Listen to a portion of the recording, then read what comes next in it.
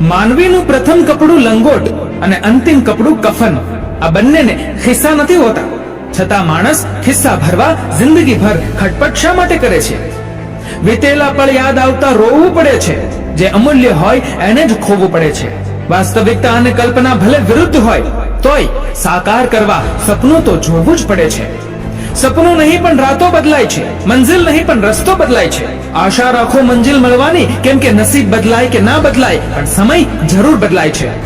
કલ્પનામાં વાસ્તવિકતા હોતી નથી. વીતેલી પળોને યાદ કરીને રોવું શું કામ? ગમે તેવું અમૂલ્ય હોય પણ જે ખોવાય તેની કોઈ કિંમત હોતી નથી.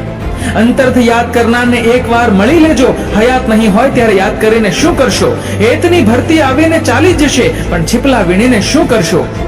ફૂલ છું, કાંટાનો શૃંગાર કરું છું, જિંદગી છે પણ મોતનો સ્વીકાર કરું છું. જીવનમાં હું એક ભૂલ વારંવાર કરું છું, માનવ છું ને માનવને પ્રેમ કરું છું.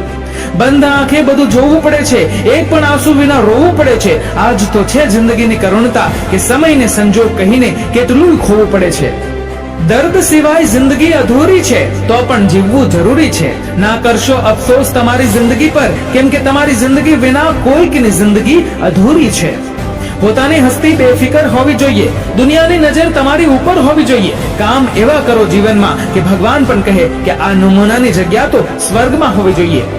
ગુમાવવાનું જીવનમાં ઘણું હોય છે, પણ પામવાનું માપસરનું હોય છે. ખોવાયું છે તો તેનો અફસોસ કદી ના કરતા. જે ના ખોવાય એ જ આપણું પોતાનું હોય છે. જીવનમાં નારિયેળના ઊંચા ઝાડ જેવું બનવા કરતા જીવનમાં વાંસના ઝાડ જેવું બનજો. કારણ કે જ્યારે વાવાઝોડું આવે છે ત્યારે નારિયેળનું ઝાડ જડ મૂળથી ફેંકાઈ જાય છે, પણ વાંસ વાવાઝોડું આવે ત્યારે પવનની દિશામાં પોતાને વાળે છે, અને જ્યારે પવન ઓછો થાય છે ત્યારે પાછું પોતાના સ્થાન પર આવી જાય છે. જ્યારે જીવનમાં તમારા સમક્ષ વિરોધ વધુ હોય ત્યારે શાંત થઈ જવું, અને જેવું વિરોધીઓનું જોર ઓછું થાય એવું એમના પર વાર કરવો. પોતાના વગર દુનિયા અટકી પડશે એવું માનનારાઓથી કબરો ભરેલી છે. જીવનમાં એટલી બધી ભૂલો ના કરવી કે પેન્સિલ પહેલા જ રબર ઘસાઈ જાય. જ્ઞાની તે છે જે બીજાની ભૂલો પચાવી શકે છે. જીવનમાં ફક્ત એક સારી વ્યક્તિનો સાથ હોય તો આખી જિંદગી જીવી શકાય છે, પણ ક્યારેક ફક્ત એક સારી વ્યક્તિની શોધમાં આખી જિંદગી વીતી જાય છે. કોને ખબર કોને ક્યાં જવું છે? દોડે છે બધા પણ મંજિલ દૂર છે. ચાલવું પડે છે માટે ચાલે છે બધા, બાકી કોને ખબર કોને ક્યાં પહોંચવું છે? સંગાથ મળે ને વાટ પકડી લે છે, કોણ પૂછે એ વાટનો મુકામ ક્યાં છે? જુદા જુદા માર્ગે જુદા જુદા ધામે પહોંચે છે લોકો, અહીં નિજ ધામે પહોંચવાનો રસ્તો કોને ખબર છે?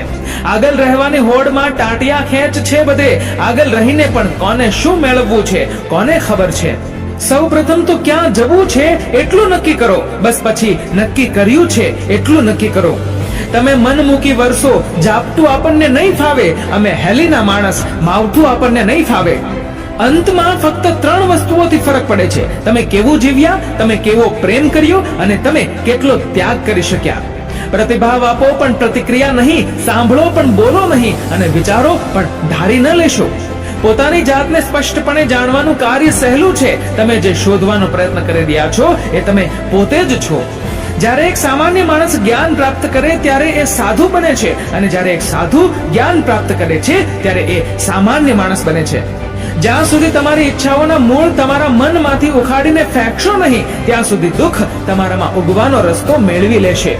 મૃત્યુ એ વાસ્તવમાં મૃત્યુ નથી હોતું, એ તો જીવન પછીના જીવનની વચ્ચેનો માત્ર એક પડદો હોય છે.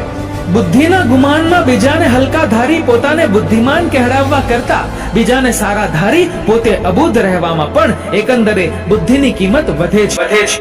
મિત્રો, જો તમને આ વિડીયો પસંદ આવ્યો હોય તો વિડીયોને લાઈક કરજો, કોમેન્ટ જરૂર કરજો, અને આપણી ચેનલને સબસ્ક્રાઇબ કરવાનું ભૂલતા નહીં, અને તમારા મિત્રોને પણ શેર કરજો.